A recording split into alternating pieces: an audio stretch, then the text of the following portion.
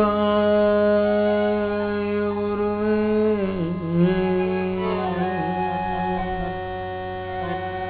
श्री राधा कृष्ण चरण कमलेभ्यो नमः। श्री जानकी नाथाय नमः। वाणी विनायको नमः। श्री गुरु चरण कमलेभ्यो नमः। श्री हनुमते नमः। नमः पंकजनाभाय नमः पंकजमालिने नमः पंकजनेत्राय नमस्ते पंकजाय। नारायणं नमस्कृत्य नरं चैव नरोत्तमं देवीं सरस्वतीं व्यासं ततो जयमुदीरयेत्। असतो मा सद्गमय तमसो मा ज्योतिर्गमय मृत्युर्मामृतगमय। ओम शांतिः शांतिः शांतिः। आइए भगवद नाम उच्चारण करें प्रभु के मंगलमय नाम के साथ।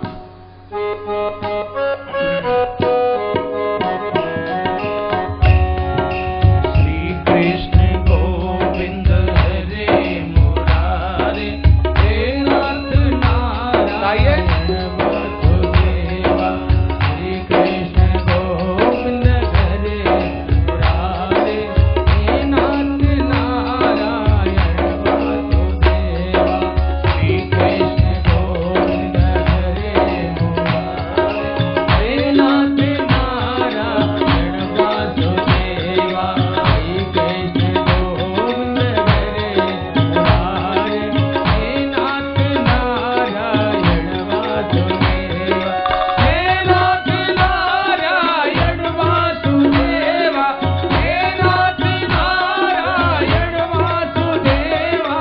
हे नाथ नारायण वासुदेवा। श्री कृष्ण गोविंद हरे मुरारे हे नाथ नारायण वासुदेवा।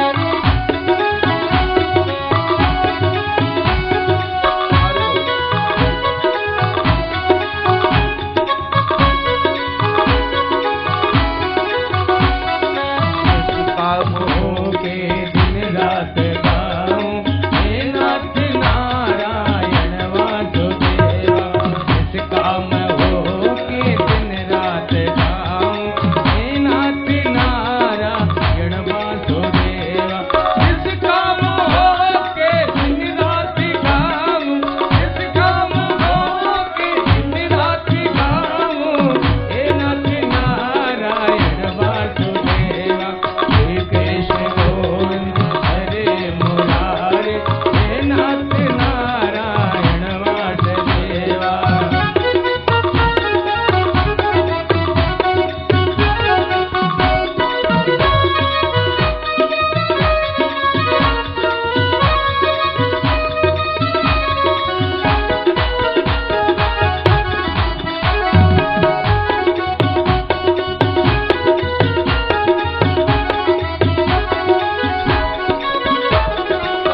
कांची काले तुम सामुदेवो हे नाथ नारायण वासुदेवा। हे अंत काले तुम सामुदेवो हे नाथ नारायण वासुदेवा। हे अंत काले तुम सामुदेवो हे अंत काले तुम सामुदेवो हे नाथ नारायण वासुदेवा। श्री कृष्ण गोविंद हरे मुरारे हे नाथ नारायण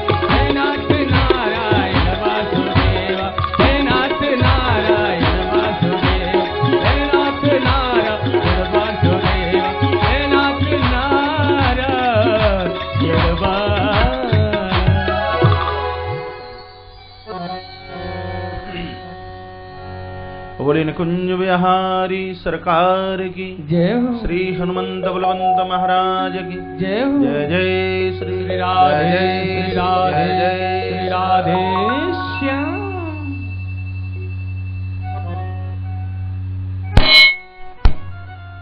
परम आराध्य प्रातः स्मरणीय जगत नियंता जगत के परम आधार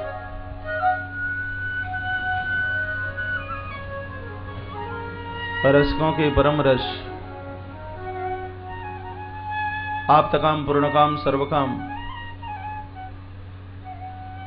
ऐसे यदुनंदन भगवान प्रभु श्री बांके बिहारी जी महाराज। आपको धुआं पांडाल में बहुत लग रहा होगा, लेकिन यह धुआं फायदा बहुत करेगा, क्योंकि यज्ञ का धुआं है। ये धुआं आंख के मोतियाबिंद का ऑपरेशन करता है। अविद्या के आवरण को हटाने का कार्य धुआं करेगा।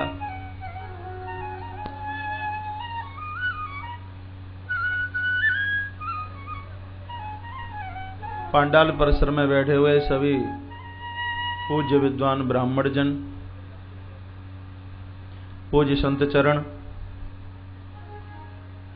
हिंदुस्तान के कोने कोने से पधारे हुए सभी भगवत प्रेमी जन, इस बृहद आयोजन के मुख्य संयोजक श्री राधेश्याम जी अग्रवाल, माता श्रीमती शारदा देवी अग्रवाल, उनकी बेटिया नीतू अग्रवाल, उनके सुपुत्र भैया श्री पंकज अग्रवाल, उनके पुत्र वधू श्रद्धा अग्रवाल, उनका पूरा परिवार, कथा के मुख्य जजमान के रूप में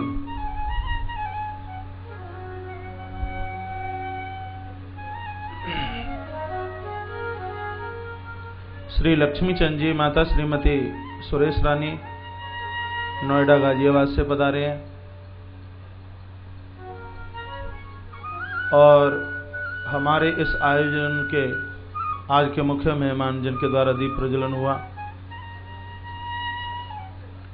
भैया श्री वीरेंद्र अग्रवाल जी, बहन श्रीमती रेणु अग्रवाल, उनका बेटा हर्षद अग्रवाल, बिटिया नेहा अग्रवाल, पूरा परिवार व्यासपीठ से बहुत आदर है, मान सम्मान है। आज से 15 दिन पहले मैनपुरी जिले की बेवर की धरती पर विराट आयोजन 108 कुंडी श्री लक्ष्मी नारायण महायज्ञ संपन्न हुआ। अपार भीड़ थी उस राम कथा के विशाल पांडाल में, और उस विराट आयोजन में जिनका एक बहुत बड़ा सहयोग था, बिल्कुल स्तंभ के रूप में, खम्भे के रूप में काम किया, स्वर्गीय श्री बलदेव प्रसाद जी अग्रवाल, माता श्रीमती चंपा देवी अग्रवाल तो परिसर में बैठे हुए हैं, उनके सुपुत्र भैया चिंटू अग्रवाल, आप सभी का पूरे परिवार का व्यासपीठ से बहुत आदर है, बहुत मान है, बहुत सम्मान है।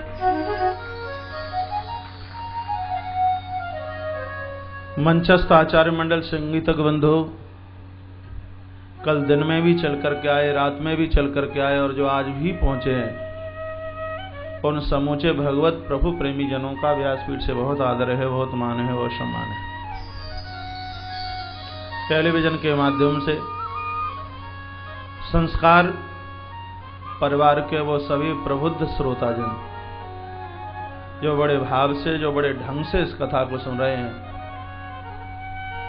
अभी जब मैं इधर कथा की तरफ आ रहा था तो एक गुवाहाटी से फोन था, धर्मगुरु सूबेदार श्री एन.के. तिवारी जी, उन्होंने 2 प्रश्न मुझसे किए। पहला प्रश्न तो उनका ये कि आपने एक श्लोक बोला कि बहन, बेटी और माँ भले ही क्यों न हो, कभी भी एक आसन से सट करके नहीं बैठना चाहिए। मात्रा सुहिस्त्रा दुहित्रा वा ना विभक्ता सनो भवेत, बलवान इंद्रिया ग्रामो विद्वा समपि करसति। ये श्लोक भागवत में कहाँ लिखा है? ये चलते चलते उनका ये प्रश्न था। तो यदि वो मुझे सुन पा रहे हों तो श्रीमद् भागवत 9वां स्कंद अध्याय नंबर 19 और श्लोक नंबर 17, व्यासपीठ से वही बात कही जाएगी जिनका प्रमाण वेद और पुराणों में, शास्त्रों में मिलता है, और वो हम कभी भी बोलने की कोशिश नहीं करेंगे जिनका प्रमाण वेद शास्त्रों में ना हो। एक बार पुनः रिपीट करूंगा मैं। तो विद्वान ब्राह्मण भी बैठे हैं, वो भी अपनी भागवत खोल के देख लेंगे क्या यहां से सही बोला जा रहा है। स्कंध नंबर 9 अध्याय नंबर 19 और श्लोक नंबर 17, मात्रा स्वहिस्त्रा द्वहित्रा वा नावी भक्ता सनो भवेत बलवान इंद्रिया ग्रामो विद्वा समपि करसति। लिखा है क्या ये श्लोक? मिल गया है? तो तिवारी जी भी, आप भी भागवत खोल करके देख लीजिए। दूसरा उनका ये प्रश्न है कि श्रीमद् भागवत के प्रथम स्कंद में जब सौनक ऋषियों ने सूजी महाराज के बीच में 6 प्रश्न किए, तो 6वां प्रश्न है कि धर्मः कम शरणं गतः। तो भगवान के जाने के बाद में धर्म किसकी शरण में चला गया? धर्मः कम शरणं गतः। तो इसका उत्तर श्रीमद् भागवत के 11वें स्कंद में जाकर के मिलता है।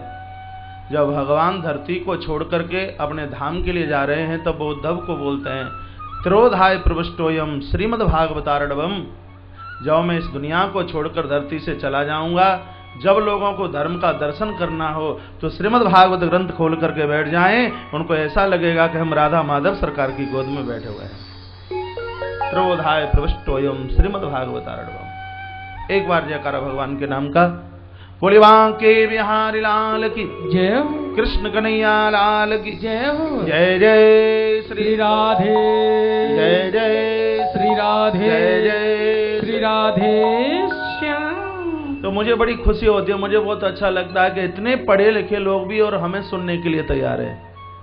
व्यासपीठ से ऐसे प्रबुद्ध श्रोताओं का बहुत मान है, बहुत सम्मान है। आपके हृदय में बैठी हुई उस आस्था श्रद्धा को मैं एक बार नहीं, करोड़ों करोड़ों बार वंदन प्रणाम करते हुए उस श्रद्धा के चरणों में अपना मस्तिष्क नतमस्तक करते हुए, आज कथा का विरामक क्षण है, विराम दिन है। 2 बजे पांडाल में भगवान प्रकट हो जाएं और कहें कि बेटे 8 दिन तुमने इस कथा का गायन किया है, कथा सुनाइए, कुछ चाहिए तो मैं कहूंगा भगवान मुक्ति तो नहीं चाहिए। यदि आप देना चाहते हो तो मांग मेरी इतनी सी है कि वर्ष में 365 दिन होते हैं, भगवान ये आपकी कथा कभी विराम न ले, सदैव ये आपकी कथा चलती रहे, बस ये मांगे दे दीजिए, क्योंकि इस कथा ने हमारी व्यथा को समाप्त किया है, इस कथा ने हमें जीवन दिया है, इस कथा ने सही में हमें जिंदगी दी है, इस कथा ने हमें रूप दिया है, सही में इस कथा ने हमें यौवन दिया है, इसी कथा ने हमें चिंतन दिया है और इसी कथा ने हमें कर्म करने की ताकत दी है। यदि आप ढंग से सुन रहे हो तो ये 5 सूत्र लिख लें। श्रीमद् भागवत की कथा 5 चीजें हमें देती है। आप इस धाम में बैठकर कथा सुनकर जा रहे हैं और आपके गांव वालों लोगों ने, शहर वाले लोगों ने पूछ लिया कि आप वृंदावन गए कथा सुनने के लिए, तो उस कथा से आपको मिला क्या? तो ये कथा हमें 5 चीजें देती है। सबसे पहली है निर्भयता। जो लोग ऐसा कहते हैं हमें डर बहुत लगता है, हमें भय बहुत लगता है, डर भी कई प्रकार का होता है। जो भगवान की कथा सुनते हैं वो निर्भीक हो जाते हैं, वो निडर हो जाते हैं, उनको किसी भी प्रकार का भय व्याप्त नहीं करता। इस कथा की सबसे बड़ी देन है निर्भयता। 12वें स्कंद में कथा आती है कि भगवान सुखदेव ने राजा परीक्षित को पूछा कि कथा को विराम देने के लिए मैं जा रहा हूं, वत्स तुम्हें अब भय तो नहीं लगता, डर तो नहीं लगता? श्री परीक्षित महाराज रो पड़े और कहा, गुरुदेव आप कैसी बात करते हो? आप जैसे महापुरुष के चरणों में बैठ करके 7 दिन का इस अमृत रस का रसापान का मैंने आनंद लिया, साक्षात मृत्यु भी सामने आकर के खड़ी हो जाए, मैं निर्भय हो गया, मैं निडर हो गया। और गुरुदेव मुझे आज पता लग गया कि जिंदगी एक मिट्टी का खिलौना है, जिंदगी एक मिट्टी का खिलौना है जिसको एक न एक दिन नष्ट होना है। गवा दो तो मोल कुछ भी नहीं और कर लो प्रयोग तो सोना ही सोना है, कर लो प्रयोग तो सोना ही सोना है। तो ये कथा सबसे पहले हमें निडर बनाती है। दूसरा सूत्र है इस कथा का निसंदेहता। इस कथा को सुनने के तत्पश्चात जीवन में संदेह नहीं रहता। संदेह का पर्यायवाची शब्द है शंका, संशय इसका पर्यायवाची शब्द है। और जीवन को समाप्त करने वाले ये संशय ही तो है। संशयः आत्मानं विनश्यति। श्रीमद् भागवत 4 स्कंद, श्रीमद् भागवत 4 अध्याय, अध्याय नंबर 40 की अर्धाली। संशयः आत्मानं विनश्यति। ये संशय तो आत्मा को भी खत्म कर दे। उसी गीता में लिखा है, श्रीमद् भागवत अध्याय नंबर 2 श्लोक नंबर 21, 22, 23, 24, नैनम छिदंत शस्त्राणी नैनम दहंति पावकाः। आत्मा अजर अमर अविनाशी है। जल सुखा नहीं सकता, जल गीला नहीं कर सकता, पवन सुखा नहीं सकता और अग्नि इसको जला नहीं सकती और शस्त्र इसको काट नहीं सकता। और उसी आत्मा के लिए भगवान क्या कहते हैं, अर्जुन जिस समय संदेहों का जन्म हो जाएगा, शंका संशयों का जन्म हो जाएगा, तो संशय आत्मानम विनश्यति, ये संशय तो आत्मा को भी समाप्त करने वाले हैं। इसलिए श्रीमद् भागवत की कथा हमें संशयों से बचाती है, श्रीमद् भागवत की कथा हमें संदेहों से बचाने का काम करती है। तो ये कथा दूसरा सूत्र हमें क्या देती है, निस्संदेहता। ये 2 पॉइंट समझ में आए। तीसरा सूत्र है भगवान के चरणों में अनुराग, अनूठा प्रेम। यदि हनुमान छाती फाड़ दे तो सीताराम सरकार का दर्शन हो जाए, और भागवत का श्रोता भी यदि अपनी छाती को चीर करके बता दे तो मुरली बजाते हुए राधा माधव का दर्शन हो जाए। ऐसा प्रेम ये श्रीमद् भागवत दिलाती है महाराज। चौथा सूत्र है सभी प्राणियों में भगवत दर्शन। श्री राममयी सब जग जानी, करहूं प्रणाम जोरी जुग पानी। कथा सुनने के बाद श्री परीक्षित जी महाराज कहते हैं, आपने तो ऐसी कथा सुनाई है, यहां मुझे जो भी दिखाई दे रहे हैं वो सब कृष्णमय नजर आ रहे हैं। मुझे तो ये लगता है कि ये श्रोताओं के रूप में सुनाने वाले भी कृष्ण और ये सुनने वाले भी भगवान श्री कृष्ण ही बैठे हुए हैं, मुझे ऐसा लग रहा है। तो ये कथा सुनकर हमें सभी में भगवत दर्शन होता है, परमात्मा का दर्शन होता है। और 5वां सूत्र है, यो कथा देती है भगवान के चरित्रों के प्रति अनूठा प्रेम, भक्तों के प्रति अनूठा प्रेम। चैतन्य महाप्रभु कहा करते थे, जो ईश्वर को प्रेम करते हैं, ईश्वर से ज्यादा उन भक्तों को आप प्रेम कीजिए। तो भागवत की कथा सुनकर महाराज हम साक्षात भक्त माल बन जाते हैं। जो भगवान के भक्त हैं उनसे प्रेम करना सीख लेते हैं। तो जिंदगी पर्यंत ध्यान रखना, ये श्रीमद् भागवत की कथा ये 5 चीजें हमें देने का कार्य करती है। अपने तार को वहीं जोड़िए जहां कल आप सुन रहे थे। जो 5 चीजें मैंने बताई हैं वो ब्रज की गोपियों के अंदर ये 5 हैं। गोपियों जैसा श्रोता नहीं है, गोपियों जैसा प्रेमी नहीं है, गोपियों जैसा कड़कड़ में भगवत दर्शन करने वाला कोई दूसरा नहीं है। मानस के भरत और श्रीमद् भागवत की गोपी, इनके ऊपर जितना कुछ बोला जाए उतना कम है। भगवान श्री कृष्ण रथ पर बैठे हैं, रथ चलता है, गोपियां रोई नहीं है, बिलखी हैं। रथ के सामने जाकर के लेट गई हैं, प्रेमा भक्ति है। भक्ति क्या करती है, भक्ति रे नैवम गम्यति। ध्यान से सुनिए, संस्कृत पढ़ाकर आनंद आएगा। भक्ति रित नैवम गम्यति, भक्ति परमात्मा का ज्ञान कराती है। भक्ति रैव नैव गच्छन्ति, भक्ति हमें ईश्वर की तरफ, ठाकुर जी के समीप लेकर के चलती है। भक्ति रैव नैवम दर्शयति, भक्ति हमें ईश्वर का दर्शन कराती है। ये ताकत भक्ति के अंदर है। और भक्ति के सूत्रों का मैंने पूर्व में वर्णन किया है। 4 चीजें हैं तो आप भक्ति के साथ जी रहे हैं। संत का संग, नाम का रंग, अच्छा संग और ईश्वर से मिलने की उमंग, ये 4 चीजें आपके पास हैं तो समझ लीजिए कि आप भक्ति की गोद में बैठे हुए हैं। ये 4 चीजें हैं। तो जिनके पास में 4 चीजें हैं, एक दिन वो गोविंद से मिलने के लिए नहीं, स्वयं गोविंद ही उनसे मिलने के लिए प्रकट हो जाता है। महाराज, ये भक्ति का सिद्धांत है कि सब गोपियों के अंदर है। भगवान रथ से नीचे उतर करके आए, एक एक गोपी को खड़ा करने लगे, वाणु निकाल करके राधा को दिए है और कहा, देवी मैं कहीं तुमसे कभी भी मैं अलग नहीं हो सकता। लोग कहते हैं राधा बड़ी या कृष्ण, हम कहते हैं एक डीजल है और एक इंजन है।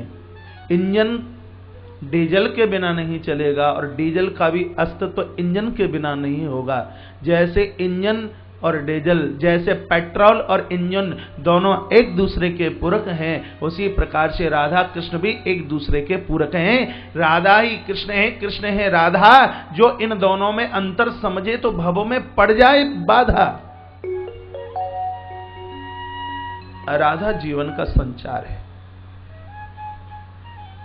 जीवन की ताकत है, जीवन की शक्ति है। इसलिए भगवती राधे का नाम नित्य उच्चारण क्या करो। राधे के बिना तो श्याम भी आधा है। आप बोलते हैं ना राधे श्याम, इसमें से रकार निकाल दीजिए तो क्या बकाया बचेगा? राधे श्याम में से रा निकाल दीजिए और डंडा बना रहने दीजिए, तो बचेगा इसमें आधे श्याम। राधा के बिना तो श्रीमान कृष्ण भी आधे हैं। राधा का अर्थ जानते हैं? जब व्यक्ति जिह्वा से रस शब्द का उच्चारण करता है तब भक्त दौड़ पड़ता है, और जब वो धा शब्द का उच्चारण करता है तब तक तो भक्त भगवान कृष्ण की गोद में जाकर के बैठ जाता है।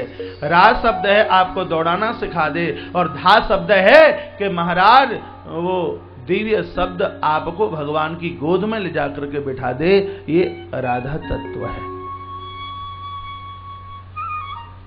भगवती ने कहा प्रभु जगत में दो प्रकार के लोग होते हैं, एक मिलने पर दुख देता है, एक बिछुड़ने पर दुख देता है। आप मिलने पर दुख मत दीजिए किसी को। जो गिरे हुए होते हैं उनके मिलने से हम अपमानित होते हैं, हमें नीचा देखना पड़ता है, हम अपना सर्वस्व खो देते हैं। हम ऐसे बने कि हमारी वजह से किसी का अपमान न हो, हम सबको सम्मान दे सकें, हम किसी की रोटी ना छीने, हम किसी के भवन को न उजाड़ें, हम ऐसे बने। भगवान ने कहा देवी मेरे कुछ कार्य बकाया है। ये कायक गोपियों को होश आया कि हमारे रुदन करने से यदि भगवान की लीला में बरोदकता आती है तो धिक्कार हमारे लिए है। गोपी रोती नहीं और भगवान कृष्ण का रथ आगे के लिए बढ़ा। तब तक मैया दौड़ती दौड़ती आई और कहा घनश्याम बेटा एक बार ये तो बताता जा, अब काजल कौन की आंख में लगाऊंगी, अब मैं बेटा मक्खन किसको खिलाऊंगी?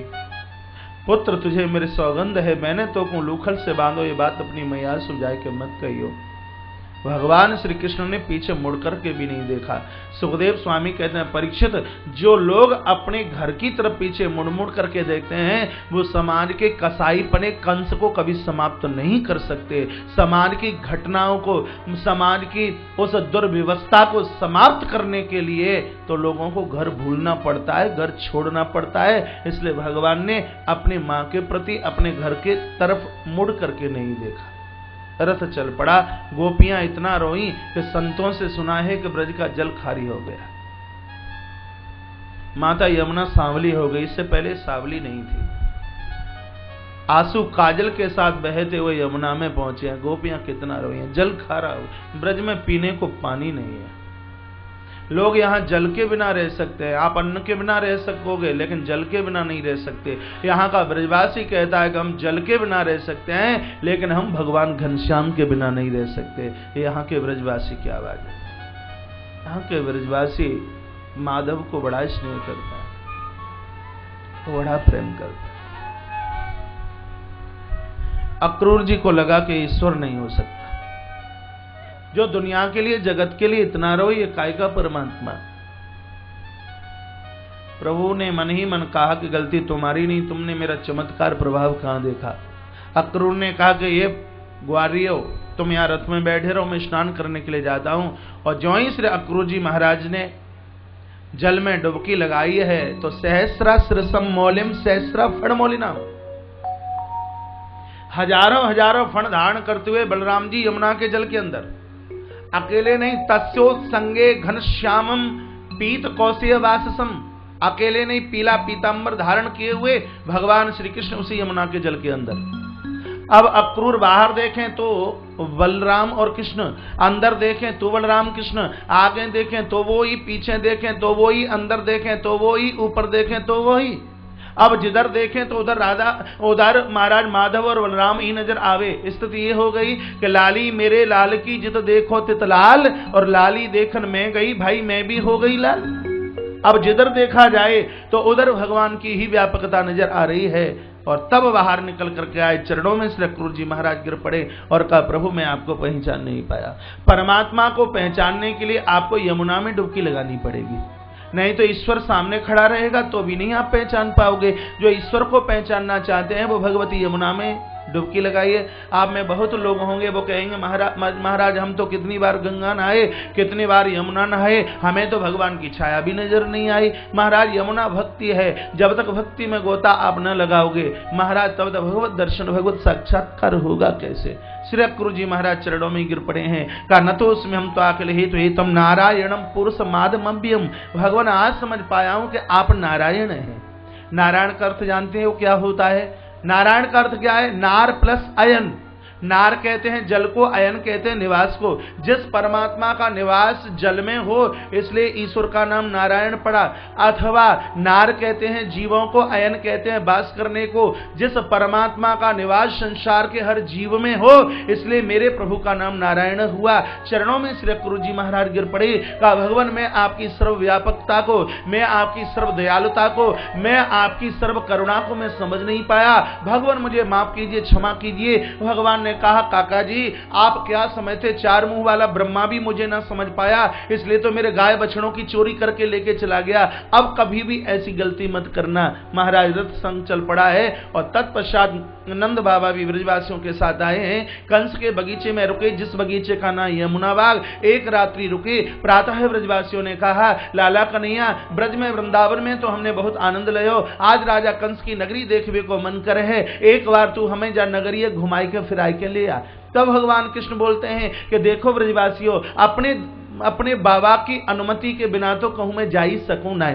आज के बच्चों को ये सीख भगवान कृष्ण से सीखनी चाहिए। भगवान कृष्ण जगत को बताना चाहते हैं बच्चे वो ही बढ़िया हैं जो माता पिता के आज्ञाकारी बन करके जीते हैं। आप सब किसी न किसी की आज्ञा के नीचे जीना सीख लीजिए। महाभारत के युद्ध में अर्जुन को विजय कभी भी नहीं मिलती, युधिष्ठिर को विजय मिलने वाली नहीं थी। भीम का गदा काम करने वाला नहीं था, युधिष्ठिर का भाला काम नहीं करता और भीम की गदा काम नहीं करती, अर्जुन का गांडीव काम नहीं करता, नकुल और सहदेव की तलवार धराशायी हो जाती। यदि ये पांच पांडव भगवान श्री कृष्ण और माता कुंती के आज्ञाकारी नहीं बने हुए होते तो विजय उनको मिलती है जो किसी की आज्ञा के नीचे जिंदगी का निर्वहन करते हैं, किसी की आज्ञाकारी बनिए। जब आप पढ़ते होंगे तब आपने एप्लीकेशनें बहुत लिखी होंगी। हाँ कभी कभी तो झूठी एप्लीकेशन भी लिख दी जाती है। बुखार तो क्या जुकाम भी नहीं हुआ तो लीव लिख दी जाती है कल हम आने वाले नहीं है। Sir respectfully I beg to say that I will go to hospital.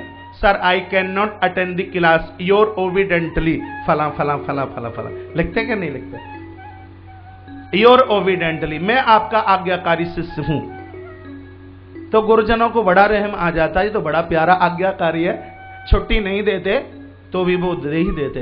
भगवान के आज्ञाकारी, माता पिता के आज्ञाकारी बनकर के आप जियोगे, आप जो चाहोगे इस दरबार में से वो प्राप्त कर लोगे। माता पिता के इनके आशीर्वाद से बड़ा तो परमात्मा का भी आशीर्वाद नहीं है। माँ बाबू जी के आज्ञाकारी बनिए, बड़ों के आज्ञाकारी बनिए, गुरुजनों के आज्ञाकारी बनिए, परमात्मा के आज्ञाकारी बनिए। तो भगवान श्री कृष्ण कहते हैं कि बाबा के कहे बिना तो मैं जा नहीं सकता। तो सब ब्रजवासी नंद बाबा के चरणों में आके वंदन प्रणाम करने लगे और कहा बाबा आज्ञा दे दीजिए, हम मथुरा घूमना चाहे। बाबा ने कहा कृष्ण इतना नटखट है, लोगों में कोनी मार मार के चले तासु में आज्ञा ना दूं। कृष्ण ने कहा बाबा मैं बहुत ज्यादा सुधर गया हूं, मैं तो काउते लड़ूंगा ना। एक गाल में कोई चांटो मार देगा तो दूसरा गाल और कर देंगे, उन्हें जाऊए प्रसाद दे दो। भगवान कितने सीधे बन रहे हैं, कितने भोले बन रहे हैं। नंद बाबा ने कहा देखिए तुम कृष्ण की जय बोलते हो और यहाँ राजा कंस की जय बोलती है और तुम वो कर नहीं सकते। ब्रजवासियों ने कहा दोनों के नाम तो एक ही से, रोज कन्नू की जय बोले तो आज कंस की जय बोल देंगे। सुखदेव स्वामी कहते हैं परीक्षित वो तो बाद में पता लगेगा कि जयकारा किसका बोला जाएगा। नंद बाबा ने आशीर्वाद दिया है और कहा किसी से लड़ियो मत, झगड़ियो मत, जैसे जाना वैसे ही आना। महाराज सब ब्रजवासी चले, मथुरा में प्रवेश किया है। मथुरा की वैश्य माताओं ने, अग्रवाल माताओं ने, आई वैश्य परिवार ने छत पर चढ़कर, इन भोली भाली माताओं ने छत पर चढ़कर फूलों की वर्षा कर करके नंद नंदन आनंद कंद मुरली मनोशोदानंदन भगवान बाल कृष्ण लाल की आरती उतारी है। पुष्पहारों के द्वारा इनका मान किया, सम्मान किया।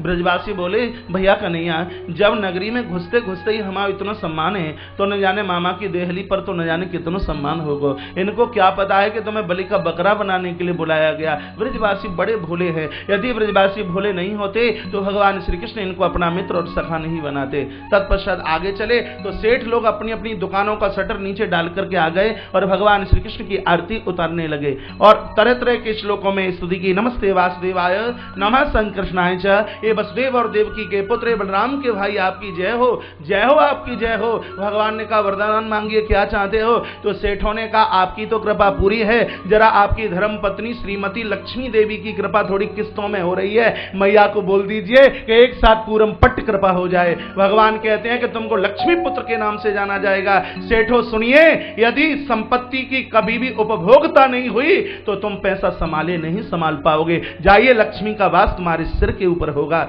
भगवान ने कह दिया। इसलिए महाराज वैश्य समाज के सिर पर लक्ष्मी का वास है, ब्राह्मण के चरणों में लक्ष्मी का वास है, क्षत्रिय के कंधों में भुजाओं में लक्ष्मी का वास है और महाराज कनिष्ठ वर्ण की सेवा में लक्ष्मी का वास है। चारों वर्णों के लिए अपने अपने स्थान बताया गया। कहा संपत्ति का दुरुपयोग नहीं, इसका सदुपयोग होना चाहिए।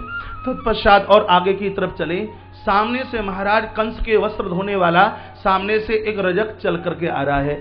भगवान प्रभु श्री कृष्ण ने कहा मामा राम राम, लेकिन वो तो सुनता ही नहीं। अब मुख्यमंत्री के घर में झाड़ू पोंछा लगाने वाले को अहंकार और अकड़ कम होगी क्या? और कहीं प्रधानमंत्री के घर में महाराज कहीं झाड़ू पोंछा लगाए तो वो तो किसी को कुछ समझे नहीं। भगवान कृष्ण ने कहा मामा राम राम।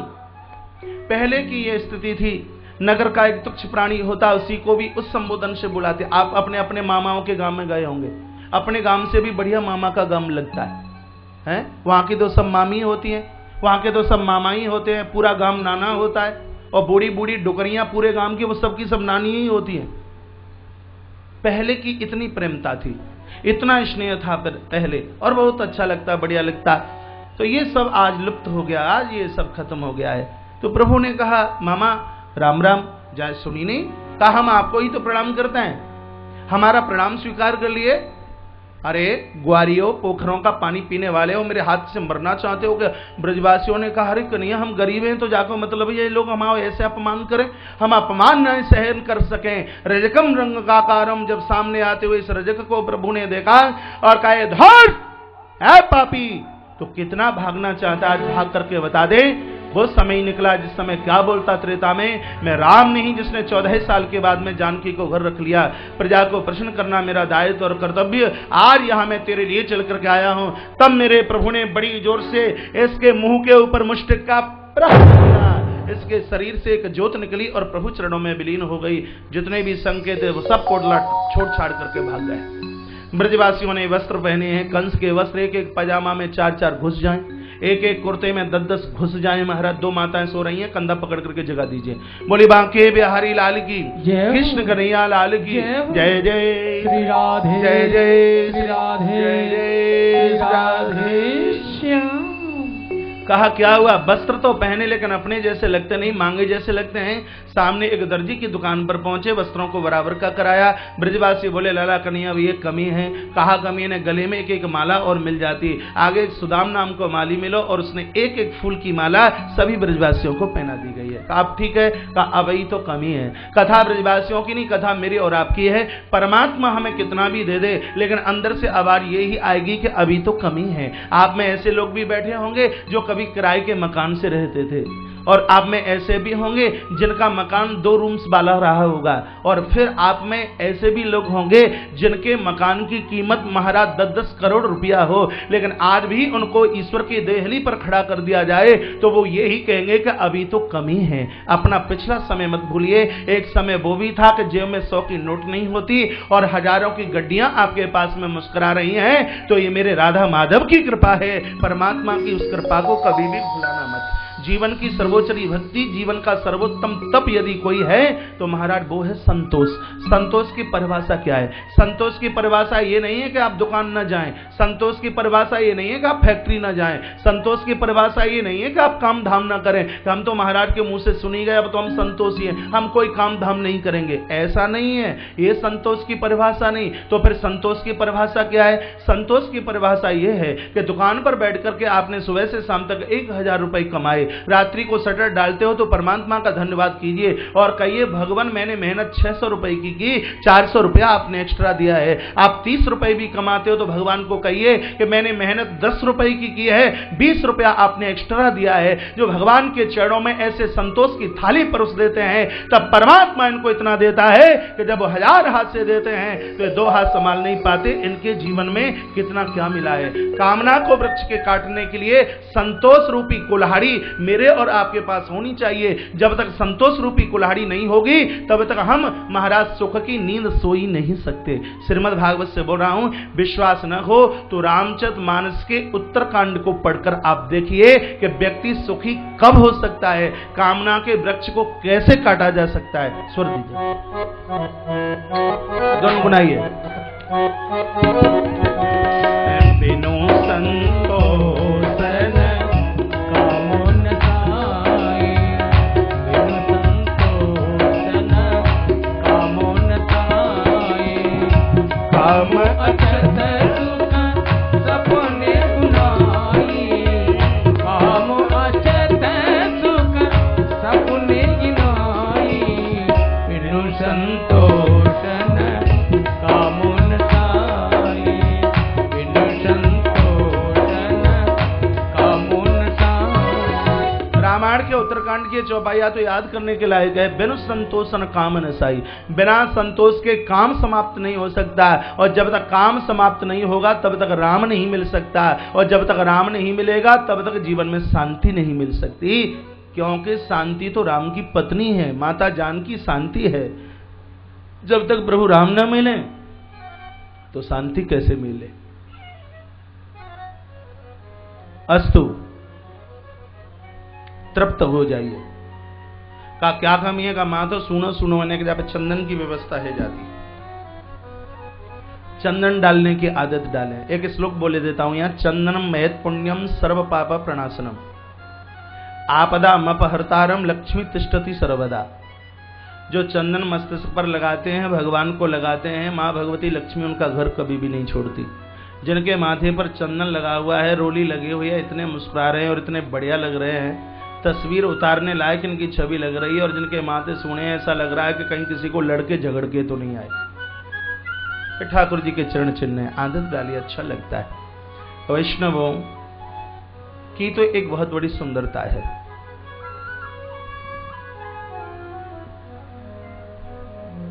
तो आगे देखा, अथ व्रजन राजपथेन माधवा, माधव ने उस राजमार्ग पर एक त्रिभंगी औरत को आते हुए देखा जो 3 जगह से टेढ़ी है। कौन है वो? कुब्जा, कुब्जा बरानना, कुब्जा है वो। ठाकुर जी ने देखा और पूछा, देवी अरे सुंदरी परिचय क्या है?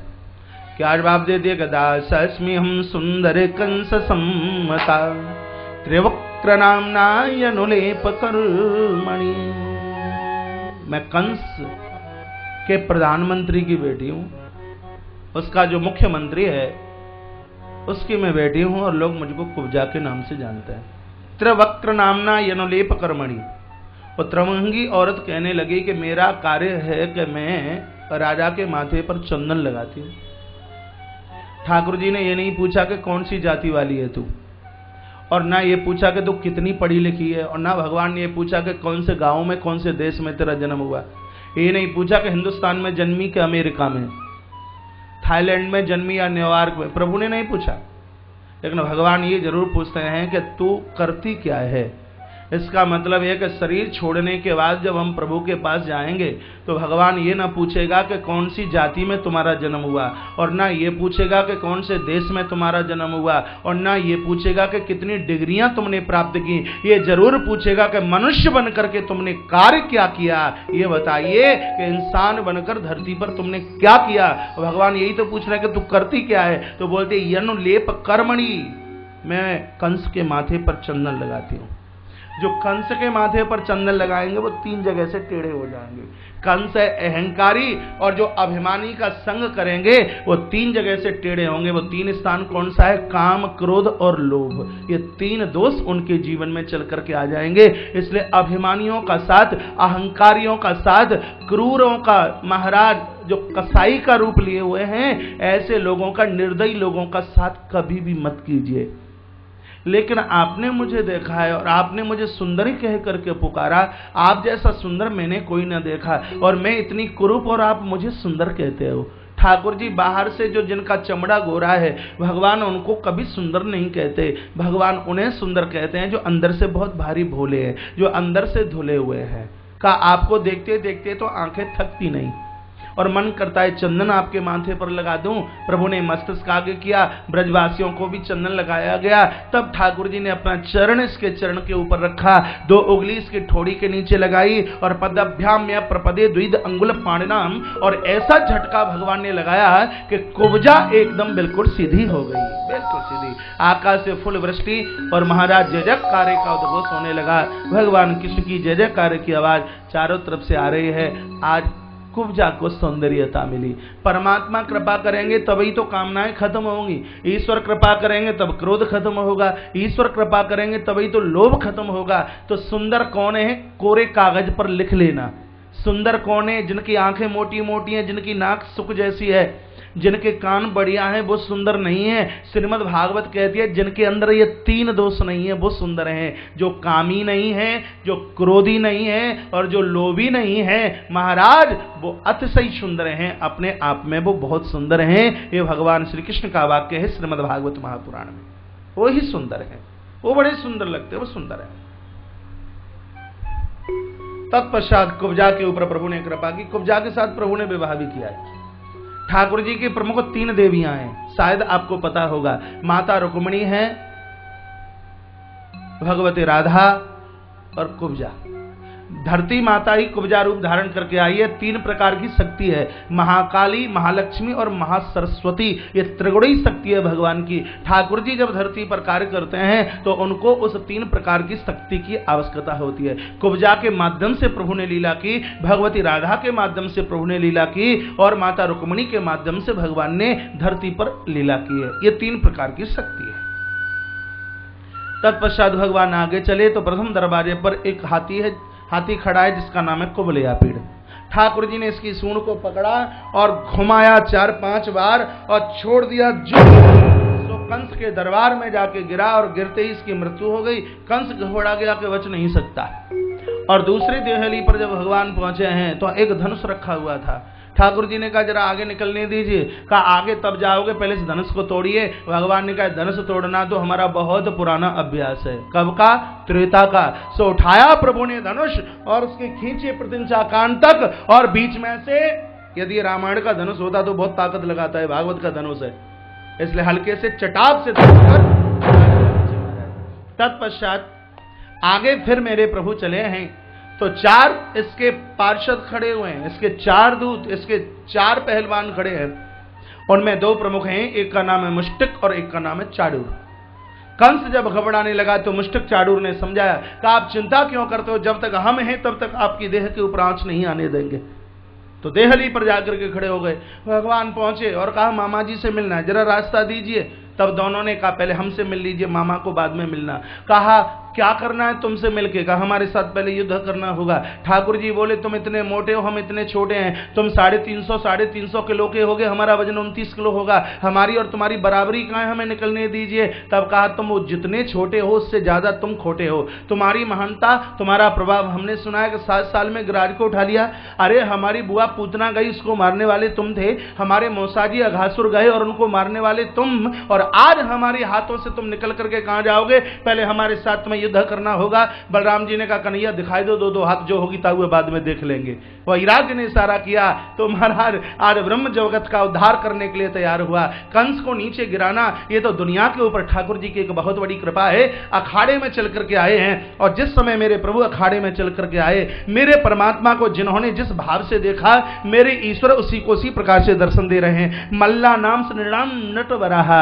महाराज पहलवानों को भगवान पहलवान के रूप में दिखाई देने लगे। व्रत वृद्धा माताओं को मेरे परमात्मा अपने पुत्र के, इधर ध्यान दीजिए, वृद्ध माताओं को भगवान अपने पुत्र के रूप में, संतों को भगवान अपने भगवान परमात्मा के रूप में, और राजा कंस को मेरे भगवान श्री कृष्ण अपने काल के रूप में नजर आए। क्योंकि जिनकी रही भावना जैसी, प्रभु मूर्त देखी तिन तैसी। जिन लोगों की जैसी भावना थी, मेरे भगवान ने उन लोगों को उसी प्रकार से दर्शन दिया। और भगवान उस अखाड़े में पहुंचे, मुष्टिक चाड़ूर और इधर कृष्ण बलराम, इतना घमासान युद्ध हुआ कि तब तो दोनों निशाचरों ने कृष्ण बलराम को उठा करके जमीन पर पटक लिया महाराज। कभी कभी अंधकार का भी बहुत बड़ा जमघट प्रकाश के ऊपर जम ही जाता है। दोनों ने कृष्ण बलराम को नीचे लिया और तब तक सामने से नंद बाबा चल के आए। नंद बाबा ने कहा, ये कन्हैया क्या हुआ, इतना माखन खायो, मिश्री खाई, वो सब ताकत कहाँ चली गई? हे हनुमान बाबा सालासर वाले कृपा कीजियो, हे मेहंदीपुर बालाजी कृपा कीजियो, क्योंकि ताकत के भंडार तो बजरंग बली हनुमंत लाल। हे हो रे हनुमान जी महाराज करिए कृपा, अब कैसे भी हमारे बालकन को नीचे से बाहर निकाल दीजिए। अरे जहां काम कहीं नहीं चलता वहां हनुमंत लाल जी महाराज, इनके द्वारा सभी काम बनते हैं। हर देवी देवता के पिए हैं। कौन? हनुमान जी। मालिक से मिलना है, बहुत बड़े मंत्री से मिलना है, तो ये श्रीमान जी पिए हैं हनुमंत लाल जी। राम द्वारे तुम रखवारे, और होतन आज्ञा विनु पैसारे। जब तक इनकी आज्ञा नहीं है तब तक अंदर प्रवेश नहीं है, प्रवेश वर्जित है। इसलिए आप किसी भी देवी देवता के भक्त क्यों न हो, कृपया बजरंग बली हनुमंत लाल जी का तो नाम रोज ही ले लिया करें। कभी कभी सुंदरकांड भी पढ़ लिया करें, कभी कभी हनुमान चालीसा भी पढ़ लिया करें, राम रक्षा स्तोत्र का पाठ कर लिया करें। जैसे हनुमंत लाल बजरंग बली महाराज बहुत प्रसन्न होते हैं। और जो भक्ति के साथ जिंदगी का निर्वहन करना चाहते हैं, ऐसे लोग तो हनुमंत लाल जी का तो नित्य स्वाध्याय, नित्य पाठन और उनका नित्य जप और उनका नित्य भजन पूजा पाठ करते रहे। चाहे जो वैष्णव भक्त हों और चाहे वो भगवान शंकर के भक्त हों। ऐसा अवतार एक हनुमंत लाल जी का है जो शंकर जी और भगवान नारायण दोनों आपस में मिले, दोनों की शक्ति से एक रूप प्रकट हुआ, वो हनुमान जी। एक बार शंकर जी के और नारायण के भक्तों में बड़ा युद्ध हुआ। किसी ने कहा नारायण के भक्त बड़े हैं, किसी ने कहा शंकर जी के भक्त बड़े हैं। तो अब ये युद्ध कैसे समाप्त किया जाए? तो मोहिनी रूप धारण करके भगवान ने समुद्र मंथन में से अमृत का बंटवारा किया। शंकर जी बोले हम तुम्हारे स्वरूप का दर्शन ना कर पाए। इस महापुराण में कथा बहुत विलक्षण है ये, और कथा में तब बहुत आनंद आता है, तब उसमें कई पुराणों को जोड़ दिया जाए। भोलेनाथ ने कहा अपना ये रूप का आप हमें दर्शन कराइए। कहा आप ना देखो, ये रूप तो ज्यादा बढ़िया है, नहीं आप दिखाइए। तो पूर्व दिशा से भगवान नारायण मोहिनी रूप बनकर प्रकट हो गए। शंकर जी जगदम्बा को भूले पीछे भागे और मध्य पहाड़ों में लेकर के नारायण मोहिनी बनकर शंकर जी को लेकर चले गए। और ज्यों ही भोलेनाथ ने पकड़ा मोहिनी को, तो मोहिनी भगवान अपने रूप नारायण रूप में प्रकट हो गए। नारायण देव ने कहा देखो मैंने तुमको कहा था कि मेरे स्वरूप को मत देखिए। शंकर जी ने कहा अच्छा अच्छा, तुम्हें ये लग रहा होगा कि तुम ज्यादा सुंदर थे, पीछा किया। नारायण ऐसा मत समझ लेना। तो कैसा समझे? अरे हमने तुम्हारा पीछा इसलिए किया, यदि शंकर तुम्हारे पीछे नहीं भागता तो जगत में तुमको कोई मोहिनी कहने वाला भी नहीं था। तुम्हारे मोहिनी नाम को सार्थक करने के लिए हमने तुम्हारा पीछा किया।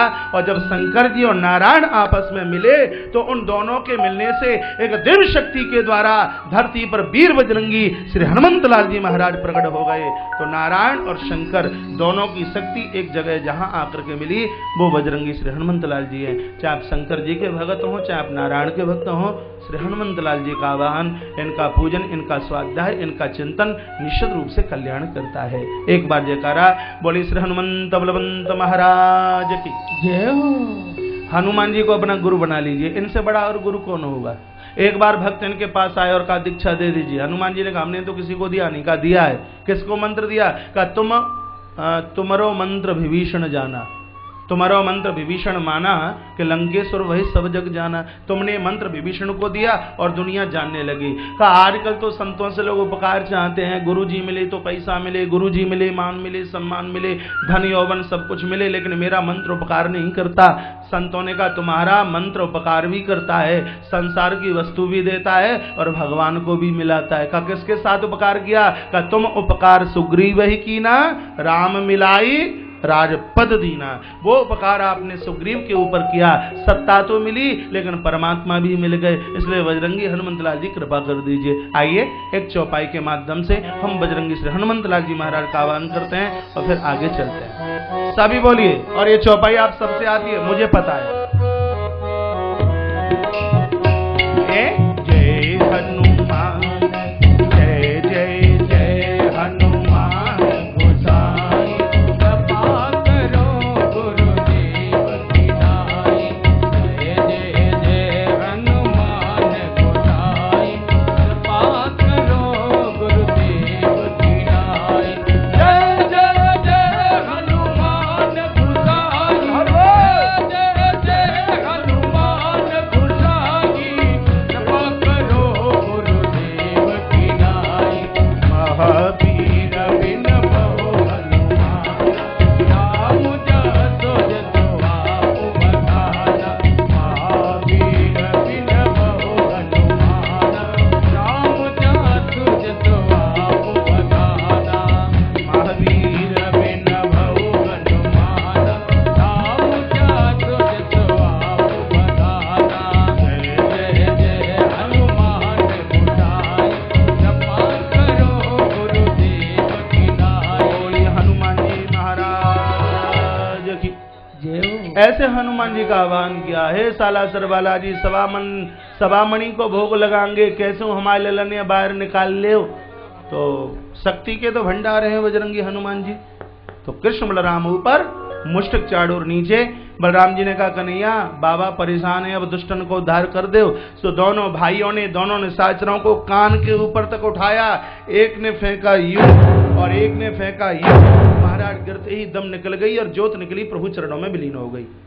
अब कंस घबरा गया, मैं बच नहीं सकता, क्या करूं। सो ऊंचे से मचान के ऊपर जाकर के बैठ गया। कृष्ण पहुंचे और जाके कहा, मामा जी राम राम, बड़े ऊंचे मंच पर बैठे हो, लेकिन ये हाई जंप लॉन्ग जंप का तो हमारा बहुत पुराना अभ्यास, और इतने ऊंचे आप बैठे हैं। तो इतने में तो इतनी जोर से छलांग लगाई भगवान श्री कृष्ण ने कि मंच पर, मचान पर बैठे हुए, माइक ले देख ले भैया, कोई बात नहीं है, कंस मर रहा है पता है। भगवान ने इतनी जोर से छलांग लगाई कि मचान पर बैठे हुए कंस के केसों को, चोटी को प्रभु ने बड़ी जोर से पकड़ा और खींचना शुरू किया। और जब कंस की चोटी को भगवान ने खींचा तो बोलता, समुंच समुंच समुंच, अरे बालक छोड़ छोड़ छोड़, इन केसों को छोड़ दे, इनमें बड़ी जोर से लगती है। कंस की माता जिसका नाम है रुचिमती, कंस की माँ का नाम क्या है? रुचिमती, और इसको दूसरे शब्दों में पवन रेखा भी बोलते हैं। बैठी बैठी रो पड़ी, न जाने अब मेरे पुत्र का क्या होगा।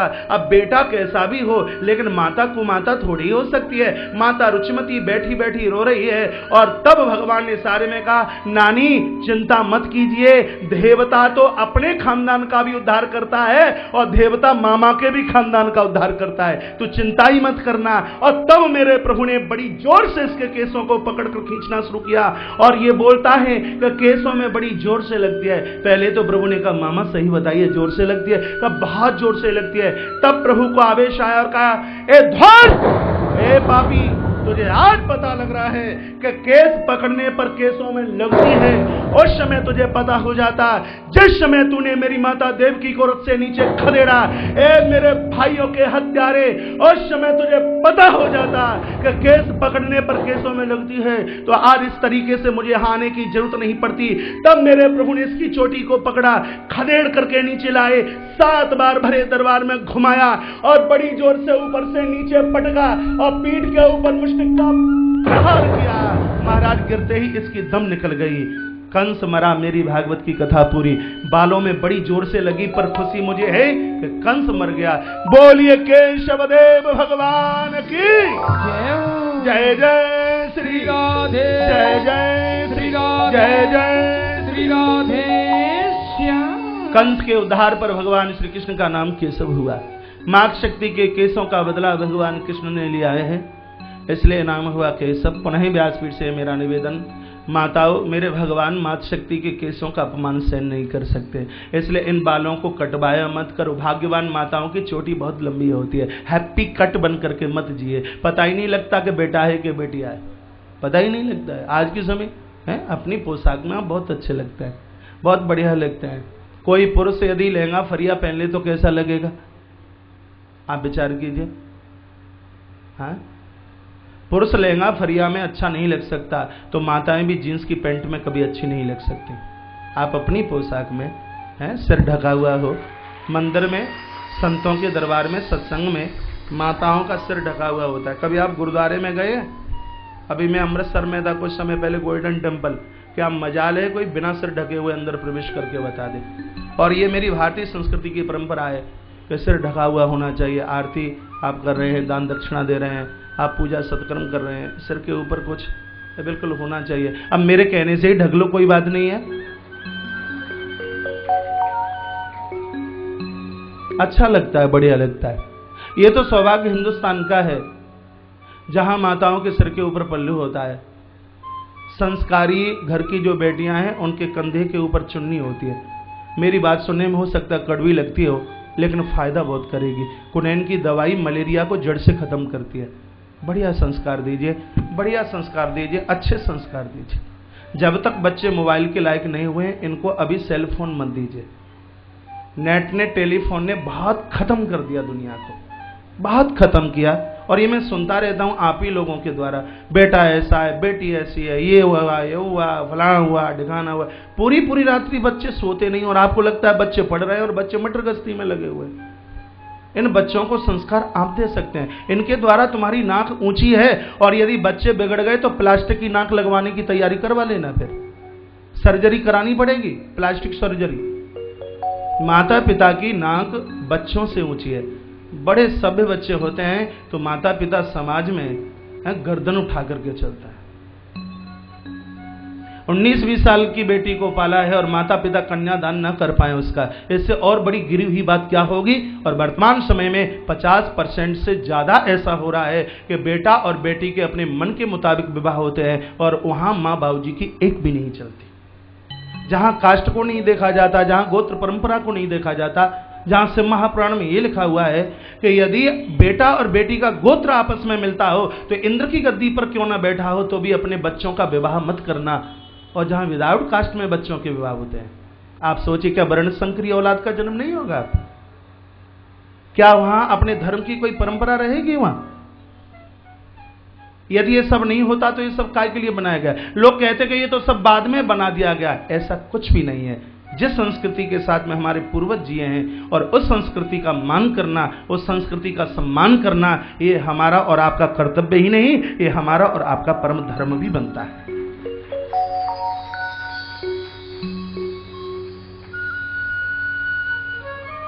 देवकी माता के केसों का बदला प्रभु ने लिया। नाम क्या हुआ? केशव। नाम केशव हुआ। आकाश से धुंधवी और फूलों की वृष्टि और जय जयकारे की आवाज होने लगी। तत्पश्चात आगे चले हैं। 11 वर्ष पूर्व से पिता और माता जिस कारागृह में पुत्र की प्रतीक्षा में आज वो घड़ी आ गई है। इंतजार करते रहिए, कबहू तो दीन दयाल के भड़क पड़ेगी कान, कभी न कभी वो भगवान सुन ही लेगा। कारागृह का प्रथम दरवाजा, दूसरा, तीसरा, चौथा, 5, 6 और 7वें दरवाजे को खोला गया है। माता देवकी ने पुत्र को आते हुए देखा है। छाती का दूध उमड़ पड़ा और भगवान श्री कृष्ण ने मां के उस दूध का पान किया है।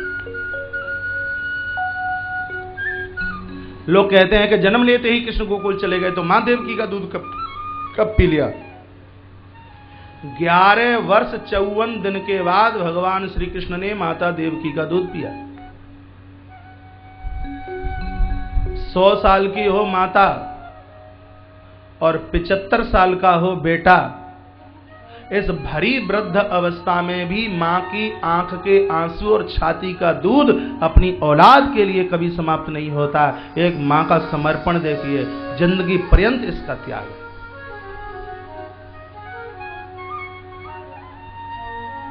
मां के स्थान को कोई प्राप्त नहीं कर सकता। माताएं कभी बुरी नहीं होती, ये इतनी भोली होती हैं कि इनको बहका दिया जाता है। ये सीधी बहुत होती हैं, बहुत भोली होती हैं, इनको बहका दिया जाता है।